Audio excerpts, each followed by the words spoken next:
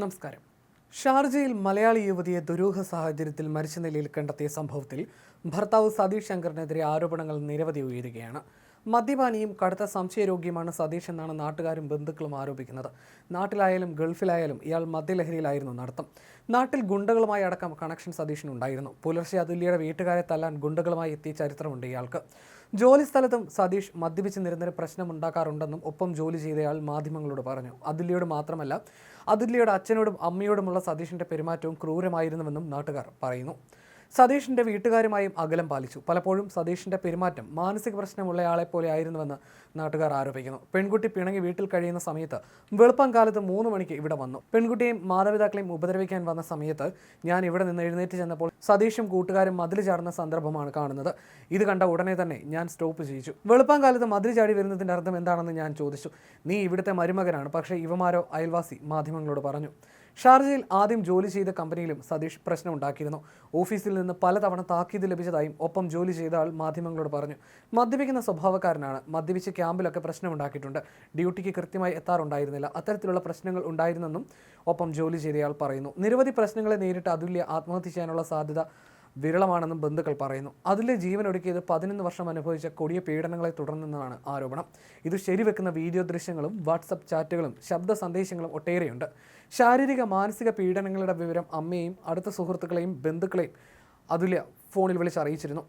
ഇരുവരുടെയും കുടുംബങ്ങളുമായും അയൽക്കാരുമായും സംസാരിച്ചപ്പോഴും സതീഷിന്റെ സ്വഭാവ വൈകൃതങ്ങളുടെയും സംശയരോഗത്തിന്റെയും മദ്യപാനത്തിന്റെയും പേടിപ്പിക്കുന്ന വിവരങ്ങളാണ് ലഭിക്കുന്നത്.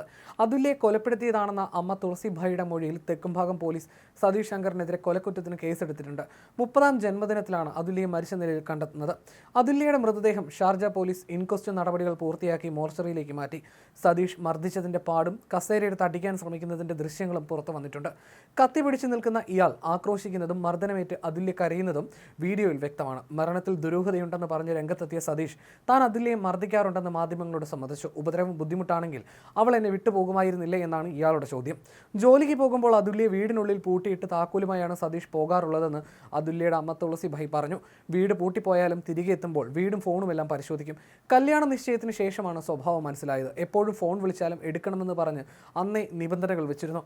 നിശ്ചയത്തിന് ശേഷം പലവട്ടം വിവാഹം വേണ്ടെന്ന് വെച്ച് മോതിരം ഊരി നൽകിയിരുന്നു. അപ്പോഴൊക്കെ സതീഷിന്റെ അമ്മ വീട്ടിലെത്തി ആത്മഹത്യ ഭീഷണി മുഴക്കി കരഞ്ഞാണ് കല്യാണം നടത്തിയതെന്നും തുളസിഭായി പറഞ്ഞു. ശാസ്താംകോട്ടയിലെ സ്കൂൾ വിദ്യാഭ്യാസ കാലത്ത് ശാന്തനായിരുന്നു സതീഷ് എന്ന് സഹപാഠികൾ പറയുന്നു. പ്രായമായ ശേഷമാണ് മദ്യപാനം തുടങ്ങിയത്. ഗൾഫിൽ പോയ ശേഷം മദ്യപിച്ച് ദിവസങ്ങളോളം ജോലിക്ക് ഹാജരാകാതിരുന്ന പ്രശ്നങ്ങൾ ഉണ്ടാക്കിയിട്ടുണ്ട്.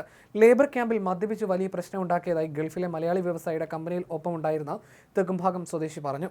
മദ്യപിച്ച് ഭ്രാന്തനെ പോലെ അതുല്യം മർദ്ദിക്കുന്നതിന്റെ ദൃശ്യങ്ങളാണ് പുറത്തു വന്നത്. മർദ്ദനശേഷം ശാസ്താംകോട്ടയിലെ കുടുംബ വീട് തന്റെ പേരിൽ എഴുതി വെക്കണമെന്നാവശ്യപ്പെട്ട് സ്ഥിരമായി പ്രശ്നമുണ്ടാക്കി.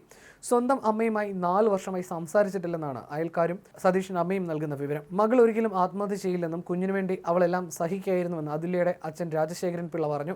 സതീഷ് മകളെ നിരന്തരം ഉപദ്രവിച്ചിരുന്നു. സ്ത്രീധനത്തിന്റെ പേരിലും ക്രൂരമായി ഉപദ്രവിച്ചു. പീഡനത്തെ തുടർന്ന് മകളെ നാട്ടിലേക്ക് കൊണ്ടുവന്നിരുന്നു. ബന്ധം വേർപെടുത്താനും തീരുമാനിച്ചിരുന്നു. എന്നാൽ കൗൺസിലിംഗിന് ശേഷം ഒന്നിച്ചു പോകാൻ തീരുമാനിക്കുകയായിരുന്നുവെന്നും അച്ഛൻ വെളിപ്പെടുത്തി.